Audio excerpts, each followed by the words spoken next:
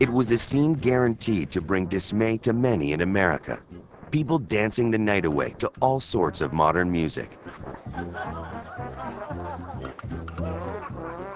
For more than 2 decades, the temperance movement campaigned against drunkenness and associated behavior. But in January 1920, supporters of temperance got their way. The sale and distribution of alcohol was banned. They called it Prohibition and considered it a noble experiment. I can't believe that anybody, any right-thinking person today could ever suggest that Prohibition was a noble experiment. Prohibition was one of the worst things that ever happened to this country. Prohibition gave rise to the bootleg years, and bootlegging led to organized crime. Gangsters and their accomplices were suddenly everywhere, on the streets, in City Hall, in cheap establishments, and in high-class parties.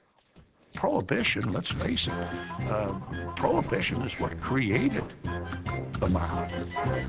Gangsters inspired movies, filled newspapers, and bankrolled the new kind of music called jazz. The aim of Prohibition had been to dim the bright lights of Broadway and bring people back to the traditional values of hard work and sobriety. But it backfired.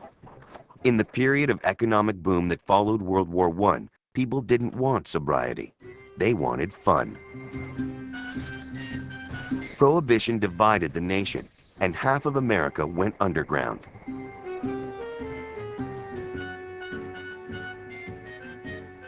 This was once the best-kept secret in Manhattan. In a midtown basement, beneath the bustle of New York's 52nd Street, there lies a hidden treasure from the Roaring '20s. A massive door cut from the brickwork of a neighboring wall and weighing a hefty 4,000 pounds protects a wine cellar. This wine cellar now plays host to upscale soirees and high-powered business lunches. But it started very differently, as part of a speakeasy, the 21 Club.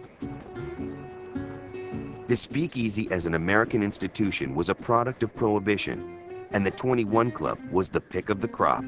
Speakeasies, or hidden saloons and nightclubs, sold liquor illegally, and thanks to Prohibition, respectable people found themselves on the wrong side of the law.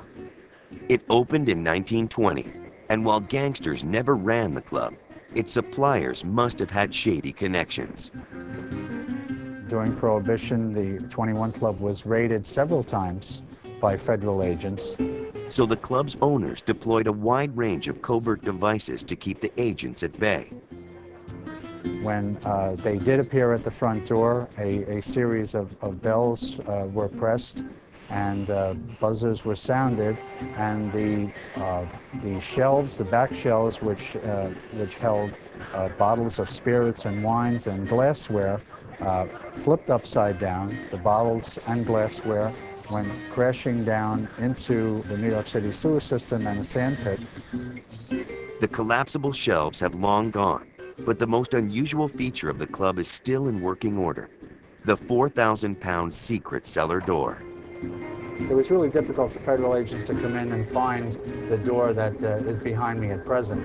The federal agents did come in and try and find that using matches and other devices, but were never able to find it. And this is why the police were stumped. The door could be opened only using a special key in a special way. You would insert this 18-inch skewer in there, trigger the mechanism on the back of the door, and then push open the 4,000-pound door. And in we go. The 21 Club was a custom-built speakeasy designed for breaking the law. But as a speakeasy, it was far from unique. Across America during the 1920s, no fewer than 200,000 speakeasies opened for business. This is one of New York's oldest bars, Pete's Tavern. But during Prohibition, it too became a speakeasy.